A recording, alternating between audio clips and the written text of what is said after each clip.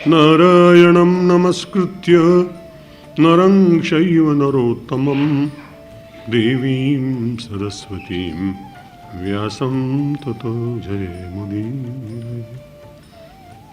परम सम्माननीय बाबूजी, परम सम्माननीय मातृस्वरूपा सरला जी, श्रीकांत मंत्री जी, बिन्नानी जी, अन्य सभी संस्थाओं के अधिकारीगण, सम्माननीय श्रोता बंधुओं और मातृशक्ति, अपनी प्रवचन श्रृंखला के चतुर्थ सत्र में हम सब लोग यहाँ बैठकर भगवान आदि शंकराचार्य के चिंतन विवेक चूड़ामणि पर किंचित मात्र विचार कर रहे हैं।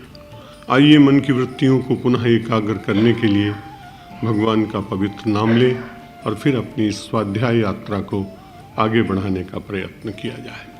श्री राम जय जय राम।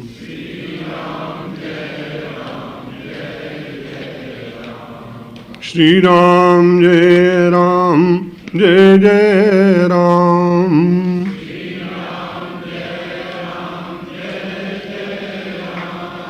श्री राम जय जय राम।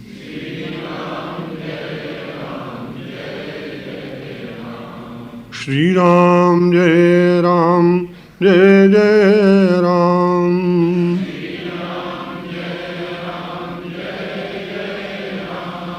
श्री राम जय जय राम।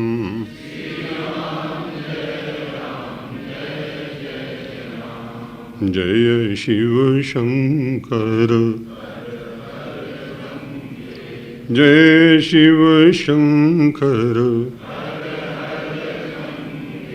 जय शिव शंकर।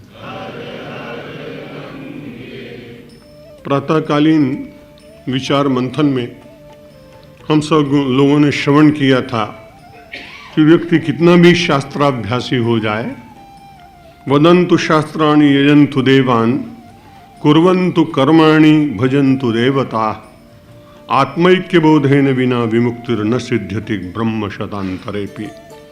कोटि जन्म व्यतीत हो जाए, लेकिन यदि इन्हीं बातों में व्यक्ति बंधा रहे और उसे ब्रह्मात्म के बोध का अनुभव न हो तो उसके जीवन की यात्रा अपूर्ण रह जाती। बहुत पढ़े लिखे शास्त्र जानने वाले लोग मिल जाते हैं, लेकिन कई बार अपने शास्त्रार्थ के द्वारा अपने ही समान कोटि के किसी विद्वान को पराजित करने के बाद उनके अंतर में जो सुखानुभूति होती है वो व्यक्ति को भले ही प्रसन्न करती हो, पर आध्यात्मिक दृष्टि से उसके उत्थान की वो द्योतक नहीं। आपने कई लोगों ने संभवतः सुना होगा इस प्रांत के भक्ति सरिता के प्रवाह करने वाले चैतन्य महाप्रभु जी एक दिन सरिता पर बैठकर, सरिता में चलते हुए नाव में बैठकर यात्रा कर रहे थे। बहुत बड़े न्याय शास्त्र के वे पंडित थे और उन्होंने एक बड़ा सुंदर ग्रंथ लिखा था। उनके साथ में एक दूसरा नैयायिक बैठकर यात्रा कर रहा था, लेकिन वो बहुत उदास था। चैतन्य महाप्रभु ने उससे पूछा, तुम उदास क्यों हो? उसने कहा, मैंने भी एक ग्रंथ लिखा है, लेकिन जब तुम्हारा लिखा हुआ मैंने ग्रंथ पढ़ा तो मुझे ऐसा लगा कि जब तुम्हारा ग्रंथ प्रकाशित हो गया, समाज के सामने जाएगा, तो मेरे ग्रंथ की कोई मान्यता नहीं होगी, इसे कोई मानेगा नहीं। इसलिए मुझे ऐसा लग रहा है कि मैं तुम्हारे सामने अपने को पराजित अनुभव कर रहा हूं। चैतन्य महाप्रभु भक्ति शास्त्र के आचार्य हैं, लेकिन भक्त और ज्ञानी में अंतर होता नहीं। भक्त अपने इष्टदेव को सब में देखता है और ज्ञानी अपने स्वरूप को देखता है। वास्तविकता लगभग एक जैसी ही होती है। चैतन्य महाप्रभु ने कुछ क्षणों विचार किया और विचार करने के बाद अपने उस ग्रंथ को एक बार अपने मस्तक पर लगाया, क्योंकि वो सरस्वती की कृपा से प्राप्त हुआ ग्रंथ था। जब बुद्धि बैठती है, जब बुद्धि के भीतर शारदा विराजमान होती है, तभी कोई लेखक कुछ दे पाता है। इसलिए उन्होंने कहा, इस ग्रंथ का सम्मान इसलिए करता हूं कि बड़े ही आनंद के साथ किसी एकांतिक क्षण में जो चिंतन जागा वो सरस्वती माता की कृपा से जागा था। लेकिन जब मैं देखता हूं कि मेरे ही प्रभु आज अप्रसन्न दिखाई पड़ रहे हैं, मित्र के भीतर अपने इष्टदेव का दर्शन करना ये कितनी कठिन बात है। तुरंत अपने उस ग्रंथ को मस्तक से स्पर्श कराने के बाद नदी के प्रवाह में उसे विसर्जित कर दिया।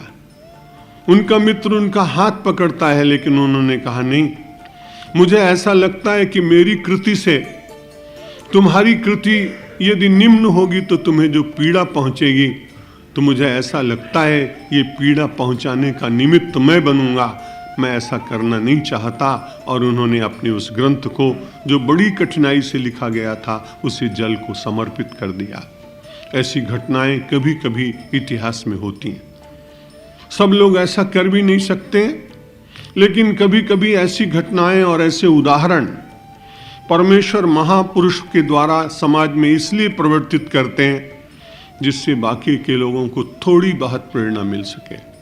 संपूर्ण आदर्शों का पालन करना इस कठिन कलिकाल में बहुत कठिन है, लेकिन आदर्शों को छोटा करना यह भी कोई उचित बात नहीं है।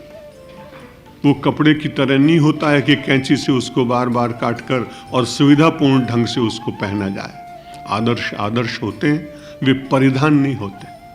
आज की बड़ी कठिनाई है कि आदर्शों को परिधान के रूप में स्वीकृत करने का प्रयत्न बहुत हो रहा है। जिन आदर्शों की बात कोई व्यक्ति कल तक करता हो, लेकिन विपरीत परिस्थिति में उन आदर्शों की व्याख्याएं उन्हीं के लोगों के द्वारा बदलती हुई जब कभी समाज में सुनाई पड़ती, तब ऐसा लगता है कि वे लोग कैसे श्रेष्ठ थे जिन्होंने अपने आदर्श के लिए अपने प्राणों का विसर्जन तो स्वीकार किया, लेकिन आदर्श की परिभाषा, आदर्श की ऊंचाई, आदर्श की गरिमा को अपने स्वार्थ के लिए कम करने का प्रयत्न नहीं किया।